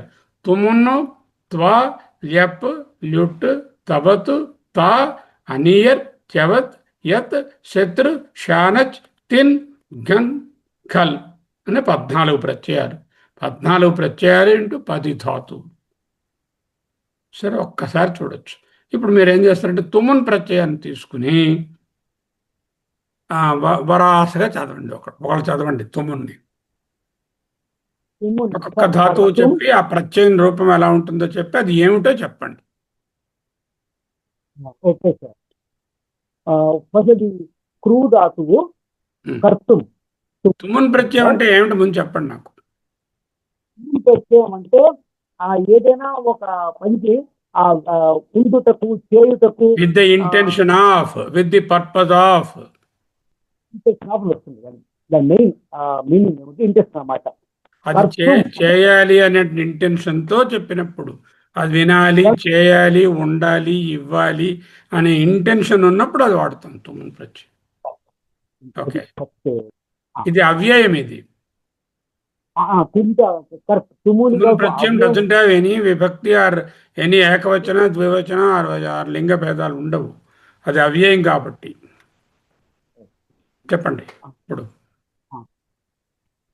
ఇప్పుడు ఒకటి ఒక్కొక్క ధాతువు రూపము చెప్పండి. రూపం కర్తం సార్, కర్తం తుమ్మున్ ప్రత్యయం. అలాగే ధాతువుకి గంతుం, భూజికి భోక్తం, అలాగే నీ ధాతువుకి నేత్తం, భూతం, తా ధాతువుకి తాతం, దా ధాతు దాతం, పత్ అంటే పత్తుం, మన్ ధాతువుకి మంతుం, అండ్ వందు వందితం. అంటే తుమున్ ప్రత్యయం చేసినప్పుడల్లా తుము తుమ్ అన్నట్టుగా ఉమున్ కర్తం, గంతం, భోక్తం, నేతం, భవితం, తాతం, దాతం, పతితం, మంతం, గంతం. అంటే tells that the intention to do. దాతం ఇచ్చుటకు, పతితం పడుటకు, మంతం ఆలోచించుటకు, వందితం నమస్కరించుటకు అనే అవ్యయం ఏర్పడుతున్నది. ఓకే, అది కర్తుం ఇచ్చతి, గంతుం ఇచ్చతి, భోక్తుం ఇచ్చతి, నేతుం ఇచ్చతి, భవితుం అర్హతి, స్థాతుం ఇచ్చతి, దాతుం ఇచ్చతి. అలా ఏదైనా చెప్పుకోవచ్చు. ఎండింగ్ వెర్బ్ వేరే ఉంటుంది, ఇది ఓన్లీ అవ్యయంగా ఉంటుంది తుమ్మున్ ప్రత్యయం. అదే త్వాకి రండి ఎవరైనా ఇంకొకరు. త్వా ప్రత్యయం అంటే ఏమిటో చెప్పండి. త్వా అంటే చెప్పండి. త్వా ప్రత్యయం నేను చెప్పనా సార్? చెప్పండి, ఏమిటి త్వా అంటే ఏమిటి? త్వా ప్రత్యయం ఏంటంటే అది కృదంత ప్రత్యయం. కృతంత ప్రత్యయం కరెక్టే, ఇవన్నీ కృతంతాలే. అంటే రెండు క్రియల మధ్యలో ఉండేటటువంటి మినిమం రెండు క్రియలు ఉండాలి. ఒకటి అసమాపక క్రియ అయి ఉండాలి. అది జరిగిన తర్వాత ఇంకో క్రియ జరిగిన తర్వాత ఇంకోటి దాన్ని చెప్తుంది. అది క్రూ అయితేనేమో కృత్వా అవుతుంది, గమ్ అయితే గమ్ ధాతు అయితే గత్వా అవుతుంది, భుజ్ ధాతు అయితేనేమో భుక్త్వా అవుతుంది, నీ అయితే నీత్వా అవుతుంది, భూ ధాతు అయితే భూత్వా అవుతుంది, థా అయితేనేమో స్థిత్వా అవుతుంది, దా అయితే దత్వా అవుతుంది, పత్ అంటే పతిత్వా అవుతుంది, మన్ ధాతు అయితే మత్వా అవుతుంది, వంద అయితేనేమో వందిత్వా అవుతుంది. అంటే ఈ పరికృత్వా అంటే చేసి, భోజనము చేసి నిద్రించను, అంటే రెండు వెళ్ళి అక్కడ మాట్లాడాను, భుక్త్వా తిని మాట్లాడాను, నీత్వా నడిపించి ఉద్ధరించను. అలా ఇంకో క్రియ ఏదో ఉందన్నమాట. అదే అంటే ఎప్పుడు కూడా రెండు క్రియలు ఉంటాయి. ఒక క్రియ అయిన తర్వాత మినిమం రెండు ఉండాలి, ఎక్కువ కూడా మినిమం రెండు ఉంటాయి. ఒక క్రియ అయిన తర్వాత ఇది వస్తుంది. ఇది అయినట్టు ఒక క్రియ జరిగినది అని చూపించి తర్వాత ఇంకొక క్రియతో కంప్లీట్ చేస్తాం, దాన్ని కనెక్ట్ చేస్తాం. అది దీనికి ఆ క్రియకు కానీ ముందు ఏదైనా ప్రత్యయం ఉంటే ఇది వాడడానికి వీల్లేదు. ప్రత్యయం ఉంటే అది ఎప్పు వాడుకోవాలి వెనకాలది. సమ్ అనేటటువంటిది ఉందనుకోండి ప్రత్యయం, కృత్య అనే దానికి, అప్పుడు ఏంటవుతుంది? అప్పుడు సంకృత్వా అని చెప్పకూడదు, సంకృత్య అవుతుంది. అలాగే గత్వాకి ఆగమ్య అని ఉందనుకోండి, ఆ అనే ప్రత్యయం జరిగిందనుకోండి, ఆగత్వా అని చెప్పకూడదు, ఆగమ్య అనే చెప్పాలన్నమాట. ప్రత్యయం కానీ ముందుంటే, ఏదైనా ఒక ప్రత్యయం ముందుంటే, సమ్ ఆ అలాంటిటువంటి ప్రత్యయాలు ముందుంటే ఇదే అర్థం దానికి కూడా, లెప్పుకు కూడా. కానీ అక్కడ త్వా బదులు లెప్పు వాడతాం. అది సంకృత్య, ఆగమ్య, ఆభుజ్య, ఆనీయ, ఆభూయ, ఆస్థాయ అసమాపక క్రియలే. కానీ ఆ ఉపసర్గ ఒకటి ముందుంది కాబట్టి ఆ ఉపసర్గ ఉన్నప్పుడు ఈ విధమైనటువంటి ఇవి వస్తాయి. ముందు ఉపసర్గ ఉంటే త్వా వాడకూడదు, లెప్పు వాడాలి. లెప్పు చదవండి ఎవరన్నా. సార్ లెప్పుడు చెప్పనండి నేను. రెండు కూడా అసమాపక క్రియలే. అంటే లెప్ ప్రత్యయం ఏంటంటే ఇది ఎలాగంటే త్వా ప్రత్యయానికి బదులుగా ఇది లెప్ ప్రత్యయం ధాతువుతో కలుస్తుంది. తర్వాత ఇందులో ఏంటంటే లెప్ వాడినప్పుడు ఒక ప్రిఫిక్స్ ఉండాలి. సమ్ ఆ Prefix ఆ sound. అనే ప్రిఫిక్స్ ఉన్నప్పుడు ఆ క్రియకు కృకేమో సంకృ అని ఉంది అనుకుంటే సంకృత్య అవుతుంది, కానీ సంకృత అవడానికి వీల్లేదు అది. అంటే లోని యా మాత్రమే మిగిలి ధాతువుతో చేరుతుంది ఇక్కడ. అవును అవును. ఇదొకటి ఉన్నది. ఇందులో ఏంటంటే క్రూ అనేటువంటి దానికి సంకృత్య, గమ్ అగమ్య, ఆగమ్య అగమ్య కాదు, ఆగమ్య ఆగమ్య. ఆగమ్య ఆగమ్య ఆగమ్య భుజ్య అంటే ఆభుజ్య అంటామంటే అభుజ్య ఆభుజ్య అంటే ఆభుజ్య అంటే ఆభుజ్య. తిని. తిని ఆభుజ్య. తర్వాత నీ అంటే ఆనీయ, ఉమ్, భూ ఆభూయ, ఉమ్, అండ్ స్థా ఆస్థాయ, ఉమ్, ద ఆదాయ, ఉమ్, తర్వాత పత్ అంటే ఆపచ్చ. ఉమ్. ఆమన్య ఆపేశారా? అచ్చా సారీ సార్, అదే అవటం లేదు, కొంచెం నెట్ ప్రాబ్లం వస్తుంది. ఆమన్య, వన్ అంటే ఆమన్య, వంద్ ఆవంద్య. ఆవంద్య. నాగరత్నం గారు, త్వాకి లెప్పకి ఏమిటి తేడా? త్వా అంటే రెండు ఉపసర్గలు, అదే సార్, అంటే అసమాపక క్రియలే. ఉమ్, కాకపోతే త్వా అన్నది మామూలుగా ధాతువు ఎలా ఉంది దానికి ధాతువుకి ఉపసర్గ లేకుండా ఉంటే అదే త్వా చెప్తాను సార్, వాడతాము. అదే చెప్తాను సార్. ఉపసర్గ లేకుండా మామూలుగా ఊరికనే ధాతువు ఉంటే అప్పుడు త్వా వస్తుంది, త్వా ప్రత్యయం. కరెక్ట్. అదే ఉపసర్గ కలిస్తే సా అని కానీ సమ్ గాని ఆ గాని ఏదైనా ఉంటే, ఏదైనా ఉపసర్గ కలిస్తే మాత్రం అప్పుడు ల్యప్ ధాతు అవుతుంది. రెండు ఒకటే అర్థం, కాకపోతే ఉపసర్గ కలిసినప్పుడు One దాని minute, తాలూకు అలా అర్థం. ఉండండి, ఒక నిమిషం ఉండండి. ఉమ్. సారీ, చెప్పండి. ఉపసర్గ కలిసినప్పుడు దాని అర్థం మారుతుంది కాబట్టి ఆ ధాతువు తాలూకు అర్థం మారుతుంది కాబట్టి అలా మారుతుంది. అర్థమేం పెద్దగా మారదు, దాన్ని కొంచెం గ్లోరిఫై అవుతుంది ఆ ఉపసర్గ. ఒక్కోసారి కృత్య అనేది గొడవ అవుతుంది. సమ్యక్ కృత్య అని అయిపోతుంది, అంతకన్నా అదే ఇంకేం. ఒక్కోసారి ఉపసర్గ గత్వ కలిస్తే అంటే వెళ్ళి, ఆగమ్య ఉపసర్గ జరగనే అర్థం మారచ్చు, అర్థం ఇనుమడించవచ్చు, అర్థం ఇనుమడించవచ్చు, ఆపోజిట్ అవ్వచ్చు, వేరే అర్థం కూడా వేరే రావచ్చు. అర్థం వచ్చి అలా నాలుగిట్లో ఏదైనా ఆగమ్య అవుతుంది. అంటే వచ్చి, గత్వ అంటే వెళ్ళి.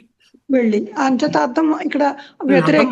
మారచ్చు, మారకపోవచ్చు. అది అది ఒక్కోసారి ఒక్కొక్కరు ఈ నాలుగిట్లో ఏదైనా అవుతుంది. ఉపసర్గ కలిస్తే ధాతువు ఈ నాలుగిట్లో ఏదైనా అవుతుంది కాబట్టి ఉన్న అర్థం ఇనుమడించవచ్చు, అర్థం దాన్ని బట్టి మారవచ్చు, అర్థం వ్యతిరేకార్థం రావచ్చు, ఇవి అన్యర్థం, వీటి సంబంధించినటువంటి వేరే అర్థం కూడా రావచ్చు. వేరే మాట కూడా రావచ్చు.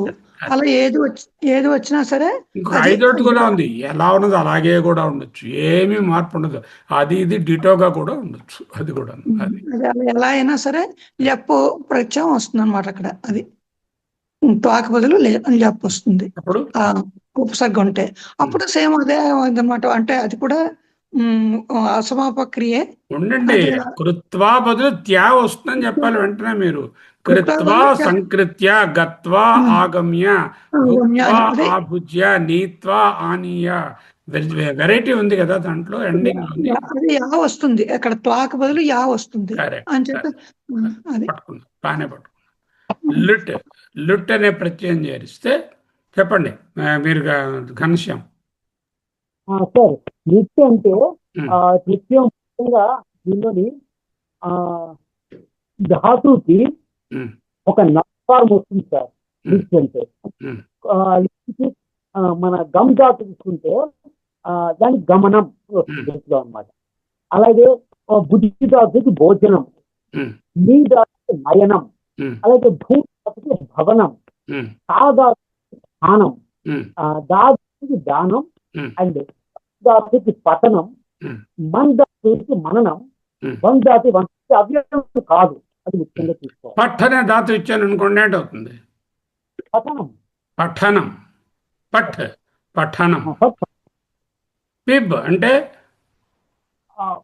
పీబన్ పానం వస్తుంది కదా. పీబ్ అంటే పీబత్ కదా, పానం రావాలి. పానం, పిబనం అనకూడదు, పానం అన్నారు. ఓకే, సో ఈ విధంగా కరణం, గమనం, భోజనం, నయనం, ఇన్ని నౌన్స్ అయిపోయాయి అనమాట. నేను క్రూ అనే నౌను, గమ్ అనే నౌన్ వెళ్ళి లుట్టు చేరగానే ఒక చక్కని నౌన్ తయారైంది. భవనం అంటే ఏమిటి? ఉండే ప్లేసు అని అర్థం. భూ అంటే ఇది ఒక భవనము అంటే భూధాతు తాలూకా లిట్ ప్రత్యయం భవనం. అది అంటే స్థా అంటే నిలబడ్డం. ఈ స్థానం దేవస్థానం అంటే దేవుడు నిలిచి ఉండేటటువంటి చోటు, దేవస్థానం. దానం ఇవ్వడం అంటే దానం, ఆయన దానము ఇచ్చారు. దేన్ని ఇచ్చారు? దానం ఇచ్చారు. దానము ఇవ్వబడింది అంటే దానం కర్త అయింది. దానమును ఇచ్చారు అంటే కర్మ అయింది. ఎప్పుడైతే నౌన్ అయిందో అది కర్తగానైనా కర్మగానైనా వాడుకోవచ్చు. దానమును రాముడు గారు ఇచ్చారు. ఓకే. జనకుడు సీతను కన్యాదానము ఇచ్చారు.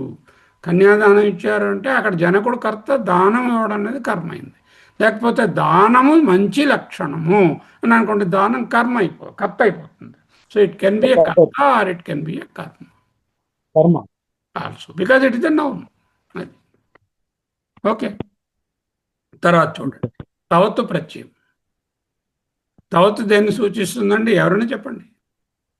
తవతు ప్రత్యయం చాలా ముఖ్యమైన ప్రత్యయం సార్. తవతు అయితే చేసేది అని చెప్తున్నారు. అయిపోయినటువంటి దాన్ని చూపిస్తుంది. కృతవాన్, గతవాన్, భుక్తవాన్, నీతవాన్ అలా చెప్పండి. పురుషైనా, మధ్యమ పురుషైనా, తర్వాత ఉత్తమ పురుషైనా సరే మనం వాడవచ్చు.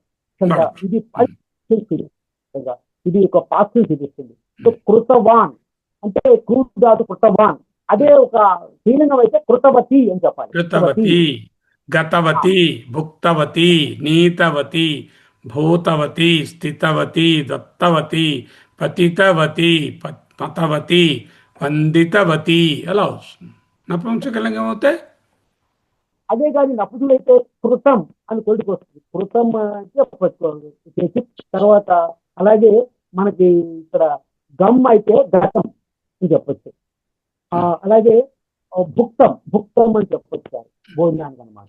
తినబడి చెప్పుకోవచ్చు. కొన్ని అన్నిటికీ ఉపయోగించుకోవచ్చు. అన్నిటికీ రాదు. సరే, తర్వాత చూడండి తా అనే నెక్స్ట్.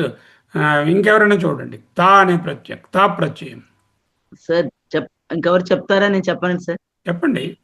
అదే ఈ తా ప్రత్యయము మెయిన్ ఏంటి, నామవాచకానికి మాత్రం ప్రయోగిస్తారు. దీన్ని అనుసరించి ఇది ఆ లింగంలోకి మారుతుంది.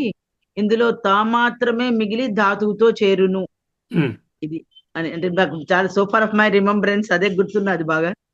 అది తర్వాత ఏంటంటే ఈ తా ప్రత్యయము దానికి ధాతు కృతః, అండ్ గమ్ కి గతః, భుక్తః, నీతః, భూతః, స్థితః, దత్తః, పతితః, మతః, వందితః.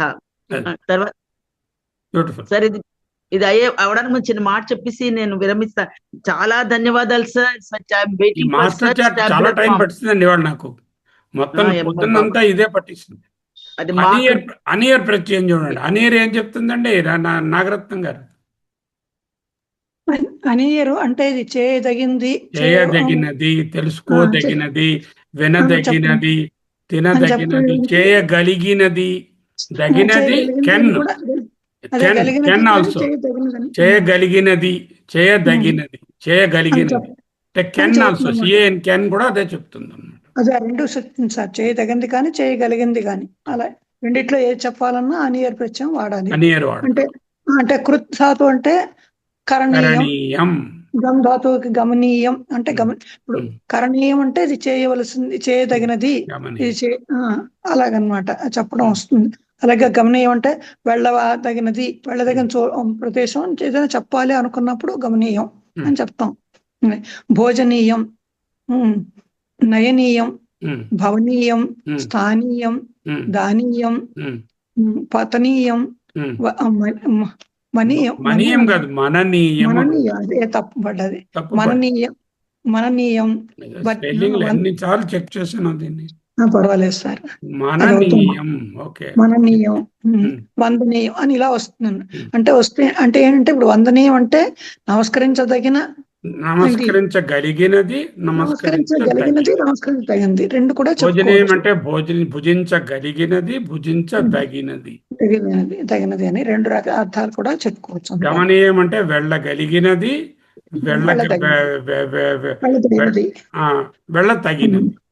ఋషికేశం గమనీయం, ఋషికేశం వెళ్ళదగినది, వెళ్ళగలిగినది. అదే వెళ్ళదగిన ప్రదేశము, వెళ్ళగలిగిన ప్రదేశము రెండు అర్థాల్లో అనియర్ ప్రత్యయం ఏదైనా అనియర్ వాడచ్చు. తర్వాత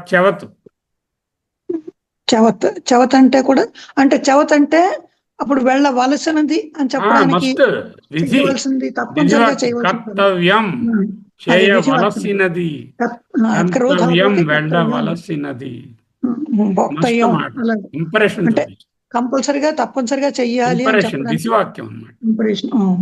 అది కర్తవ్యం, ఏం కర్తవ్యం, కర్తవ్యం ఏం ఏమి చేయవలసింది. చేయవలసినది అది పుత్ర గంతవ్యం ఎక్కడికి వెళ్ళవలసినది అదే అది ప్రశ్న లో ఉంటే అలాగా, కిం లేకపోయినా భోక్తవ్యం కిం భోక్తవ్యం అదే అంచేత వెళ్ళవలసింది, తినవలసింది, చెయ్యవలసింది అని కంపల్సరీగా చెయ్యవలసిన విధివాక్యంగా విధించడం అన్నమాట. దానికి ఇప్పుడు ఇలా మాట్లాడతారు, చెప్తారు చవత్ ప్రత్యయం. అంటే చవత్ ప్రత్యయంలో అంటే తత్ఫలం భోక్తవ్యం నాస్తి, ఆ పండు తినవలసినది కాదు. అదే ఆ చివరిది ఎత్తిపోయి అక్కడ ఇం వస్తుంది అనమాట. కర్తవ్యం, గంతవ్యం, భోక్తవ్యం అలా వస్తుంది. అది అంటే భవితవ్యం, స్థాతవ్యం, దాతవ్యం, పతితవ్యం, మంతవ్యం, వందితవ్యం అలా వస్తుంది. యత్ ప్రత్యయం అంటే వస్తుంది. యత్ ప్రత్యయం అయితే ఏది గాని లేదా దేనిని అనేదాన్ని చెప్తుంది. అంచేత కొంచెం ప్రశ్న సూచకంగా అనిపిస్తుంది ఒక్కోసారి. కార్యం, గమ్యం, భోజ్యం, నేయం, భవ్యం, భవ్యం, స్థేయం, ధ్యేయం, దేయం, పాత్యం, మాన్యం, వంద్యం. ఈ విధంగా యత్ ప్రత్యయం చేరితే అది వస్తుంది. శత్రు ప్రత్యయం ఇప్పుడే చూసాం.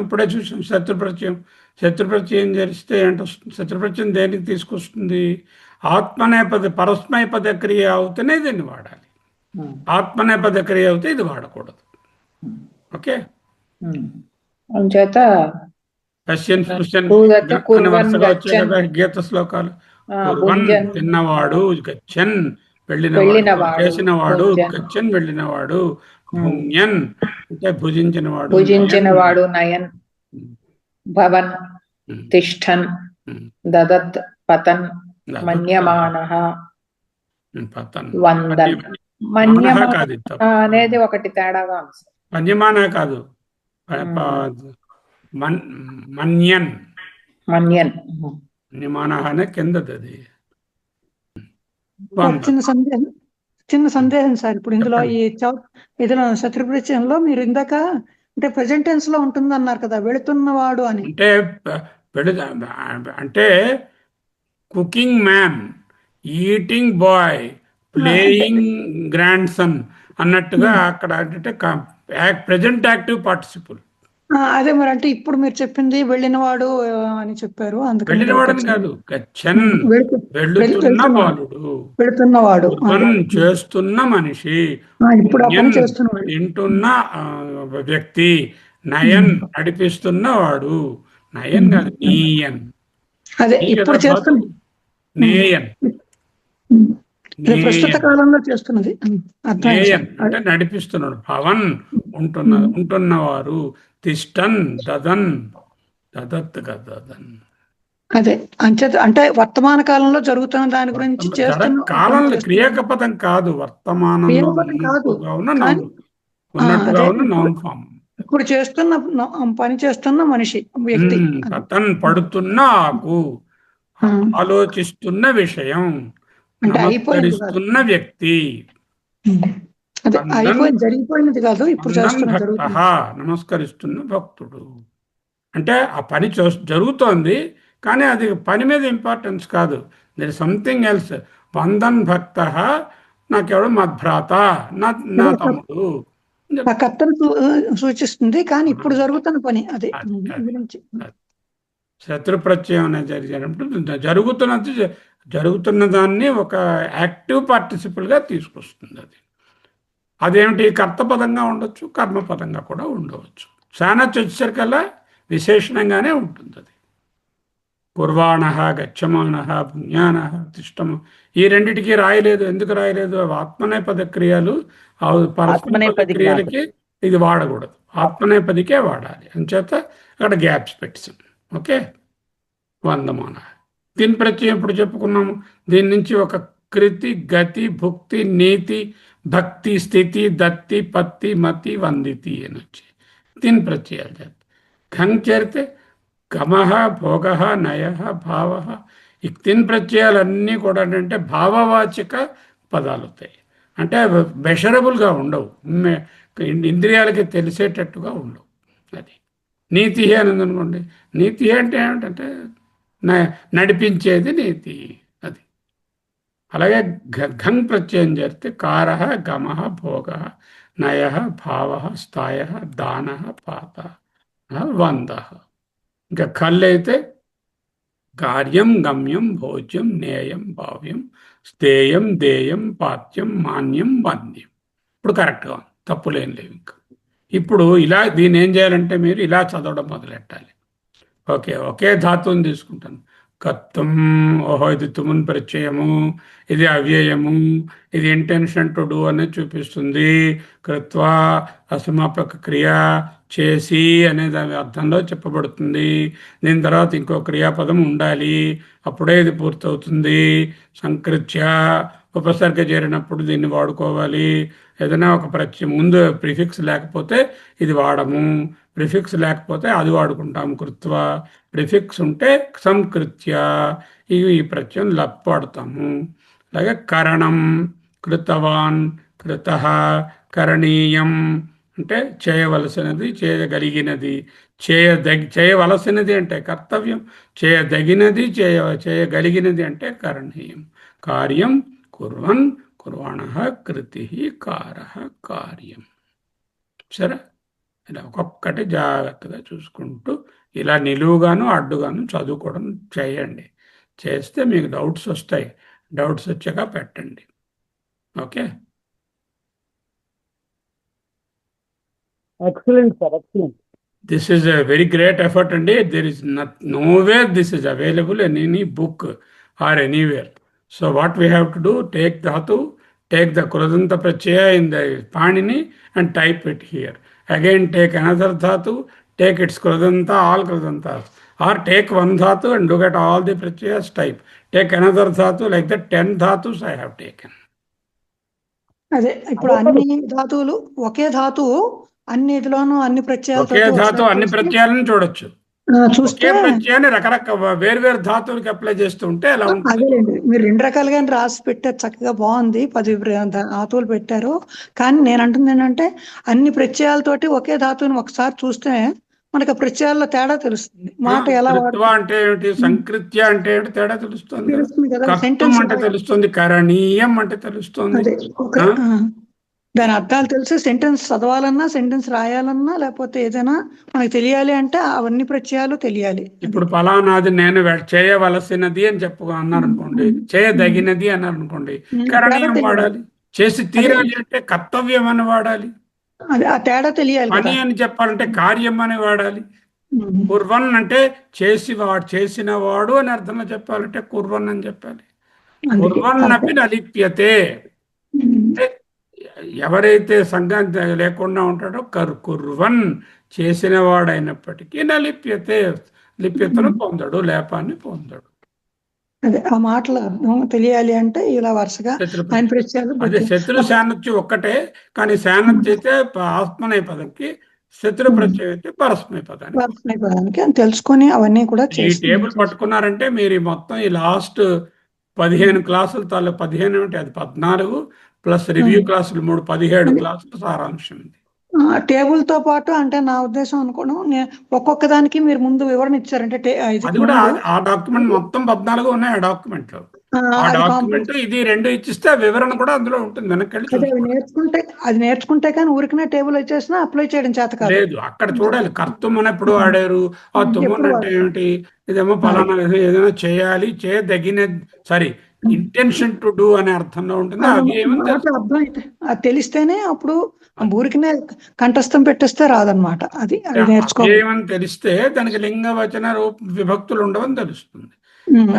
అది నౌన్ అయిందంటే మళ్ళీ ఇవన్నీ వస్తాయని తెలుస్తుంది. అలా అవన్నీ తేడాలు తెలుసుకోవడానికి మొత్తం ఆ వివరణ కూడా ఒక్కొక్క ప్రత్యయం గురించి మీరు రాసిన వివరణ కూడా తెలుసుకోవాలి. చాలా బాగుంది సార్, చదవడం ఈజీగా ఉంటుందని వేరు కలర్స్ ఇచ్చాను.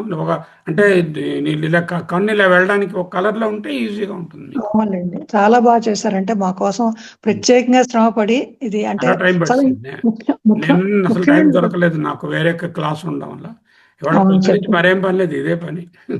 అదే, ఆ చాలా ముఖ్యం. 5నేమో తయారు చేసి వాటికి వివరణలు తయారు చేసి తర్వాత దీంతో కూర్చుంది. ఈ ఫైనల్ గా ఇది ఒకటి చేశారు కదా, మొత్తం అన్ని టేబుల్ దీంతో ఈ తయారు చేసి ప్రత్యయాల తాలూకా ఇది అయిపోయింది మనకి. పూర్తయింది. చాలా బాగుంది సార్, ఇది చాలా ఉపయోగమైంది. కాకపోతే దీనికి చాలా ప్రయత్నం చేసి మేము అందరం కూడా జాగ్రత్తగా నేర్చుకోవాలి. మీరందరూ ఏం చేస్తారంటే పాత 15 క్లాసులు చదివినా చదవకపోయినా ఇప్పుడు 14 ఉన్నటువంటి ఒక డాక్యుమెంట్, ఈ టేబుల్ డాక్యుమెంట్ 2 ఇస్తాను. ఈ రెండే ప్రాణం. అదే ఇంకా వెనక్కి వెళ్ళాలంటే మిగతా క్లాసులోకి వెళ్ళి చూడొచ్చు.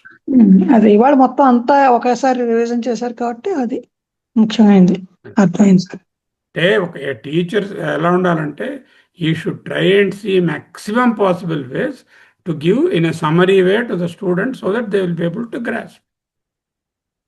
అదే దానికోసం మీరు చాలా చాలా శ్రమ పడ్డారు, మాకు అర్థమైంది అని చెప్తే చాలా సంతోషం. తర్వాత మీరు అన్నట్టుగా ఒక క్రూ ధాతువు తీసుకుని ఓహో క్రూ తుమ్ముళ్ళు ఎలా ఉంది కృత్వా అలాగే అంటే సంకృత్య అలా వరాసగా వెళ్తుంది. ఇది ఎలా ఆ తేడా ఎలా మారుతుందో వచ్చింది తెలుస్తుంది. తెలియాలి. అదే కర్తం నుంచి కృత్వ ఎందుకైంది, కర్తం అక్కడ కర్తం అని రాయకుండా కృత్వ అని ఎందుకు రాశారు అని తెలుసుకోవాలి కదా, మాకు అర్థం అలాగే అవ్వాలి. సంకృత్య ఎందుకు రాసా తెలుసుకోవాలి. ఎందుకు అలాగే రాశారు అని కరణీయం, అలాగే అదే అలాగే ఏమేం పదం చెప్పినా అక్కడ మార్పు వచ్చిందో అవన్నీ చూడాలి. ఒక్కొక్క ప్రత్యయం గురించి వివరంగా చదివితే అప్పుడు ఎందుకు అలా రాసామో అని తెలుస్తుంది. ఇంకొక లైన్ కూడా యాడ్ చేస్తుంటే బాగుండేది. అదేంటంటే తుమున్ పక్కన ఒక కోలం పెట్టి ఇదేమో అవ్యయము ఇంటెన్షన్ టు డూ చూపిస్తాను అక్కడ రాసుకున్నాం అనుకోండి, ఇంకా అది కూడా ఫుల్ అయిపోతుంది, టైం సరిపడలేదు.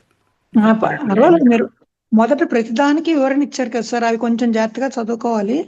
అందులో అది కూడా ఆ ఇంకా వివరణ కూడా ఇక్కడ తేగలిగితే ఒక 2 లైన్లు అది నౌన్ అవుతుందా, లేకపోతే భావవాచకం అవుతుందా, లేకపోతే అవ్యయం అవుతుందా, లేకపోతే విశేషణం అవుతుందా అని చూపించాలి. అది మరి మీరు 2 కాకుండా లైన్లు అన్నారు కదా. దాని అర్థం ఏమిటనేది కూడా ఎక్స్ప్లెయిన్ చేస్తే ఒక 2 సింపుల్ గా ఇంకా ఎక్కువే అవుతుంది చాలా, కొంచెం దానికి ఇంకా కొంత దాన్ని టైం మళ్ళీ పడుతుంది. కూర్చొని చేయాలి. చూస్తాను నెక్స్ట్ వీక్ అదే. రెడీ అవుతే అలా తయారు చేసి మళ్ళీ ఇస్తాను. అలాగే సార్.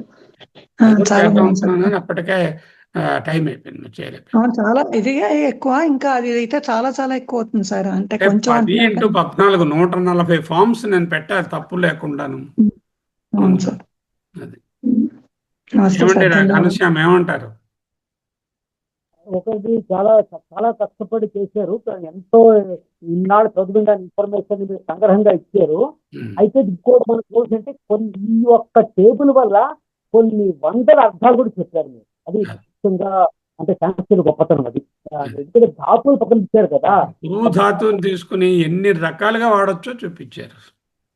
అది ముఖ్యంగా తర్వాత అన్ని నామవాచక పదాలు, విశేషణాలు, అవ్యయాలు ఈ క్రియావ ధాతువు నుంచే ఏర్పడుతున్నాయి అవన్నీ.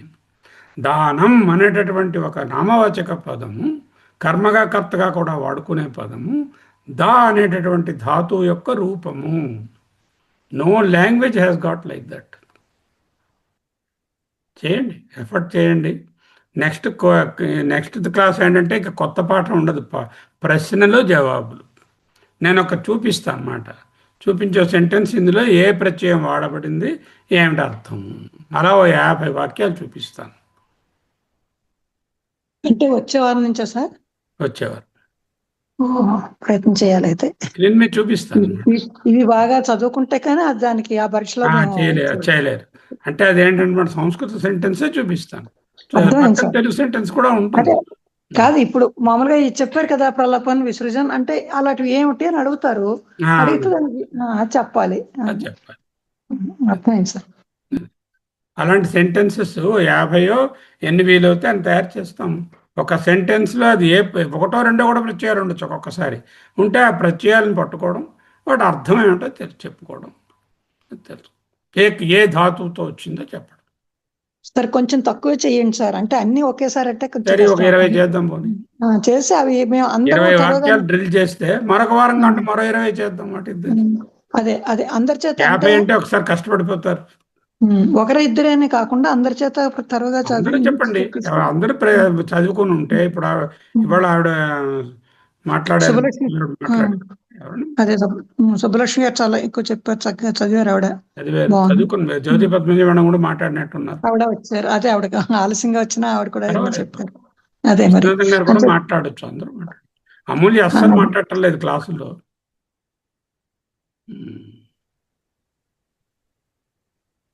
జమీకి శర్మ కొత్తగా జాయిన్ అయ్యారు, ఆయనకి వెల్కమ్.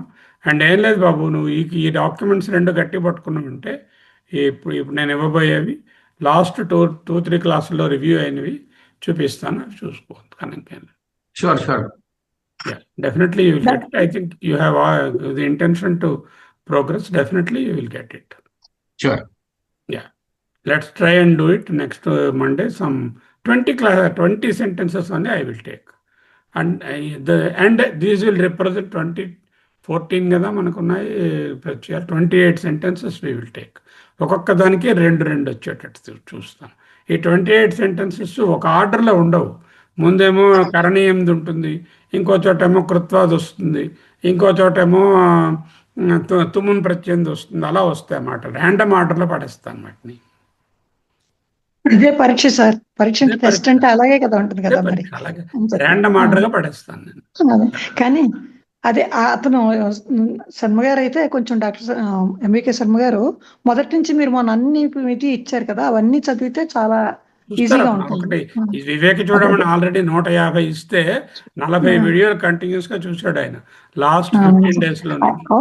ఆయన మొదట్లో చాలా రెగ్యులర్ గా క్లాసులకు వచ్చేవారు కదా. టైం ఉండేది కాదు, ఇప్పుడు కొంచెం విశ్రాంతి దొరికింది. అదే ఉద్యోగంలో దానికి మరి ఉద్యోగం ఇచ్చాను అంచేత ఎక్కువ టైం స్పెండ్ చేయగలుగుతున్నారు అతను. అదే అందుకే మొదటి నుంచి వివేక చేస్తే చూడమని 150 ఇస్తే 30-40 చూసానని చెప్పినటువంటి స్టూడెంట్ ఇతను ఒకటే కనపడ్డాడు.